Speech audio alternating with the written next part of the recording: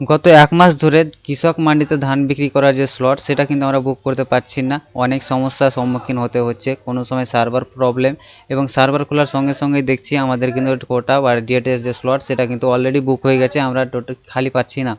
তো এখন দেখতে পাচ্ছেন এখানে আমি একটা স্লট বুকিং করলাম, যেটি হচ্ছে আজকে 15 তারিখ বুকিং করলাম, এবং স্লট সময় দেখতে পাচ্ছেন, এবং স্লটটি কবে বুক হয়েছে, কবে আমি ধান দিতে পারবো, 31 জানুয়ারি 2026। অর্থাৎ আমি এখানে 15 তারিখে বুক করলাম আজকে, এবং 31 তারিখেই ধান দিতে পারবো। তো আমি কিন্তু 15 দিনের মধ্যেই কিন্তু স্লটটি পেয়ে নিলাম। এই নয় কি 15 দিন, আপনি কিন্তু এখন বর্তমানে তার আগেও কিন্তু স্লট পেতে পারেন। তবে কীভাবে পাবেন, তো এখানে দেখতে পাচ্ছেন এখানে কিন্তু স্লট নাম্বার 43 রয়েছে।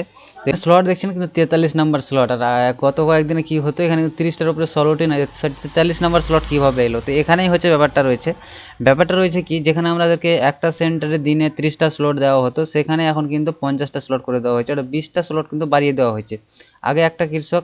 আগে কৃষক মান্ডিতে একটা মান্ডিতে কিন্তু 30টা কৃষক ধান দিতে পারতো একদিনে, কিন্তু এখন সেটিকে করেছে 50টা, অর্থাৎ 50 জন কৃষক কিন্তু একদিনে মান্ডিতে ধান দিতে পারবে একটা মান্ডিতে। তো এখানে ব্যাপারটা হচ্ছে সেই কারণেই যে এখানে 20টা করে স্লট প্রত্যেকটা দিনেই বাড়ানো হয়েছে, সে কারণে স্লটগুলো কিন্তু অ্যাভেলেবেল হয়ে গেছে। তার থেকে একটা বড় প্রবলেম আপনাদেরকে সমস্যার সম্মুখীন হতে হবে। এই কৃষকের কিন্তু ধানের পরিমাণ রয়েছে কিন্তু 5 কুইন্টাল। আমাদের কি হতো, আগে আমাদের জমি যতটুকুই থাক, কৃষক বন্ধুর এই কার্ডটা থাকলে, এই কিষাণ মান্ডির কার্ডটা থাকলে কিন্তু আমরা ম্যাক্সিমাম 15 কুইন্টাল ধান দিতে পারতাম। আগের বছর সেটিকে 30 কুইন্টাল ছিল, কিন্তু এই বছর সেটিকে কমিয়ে 15 কুইন্টাল করা হয়েছিল।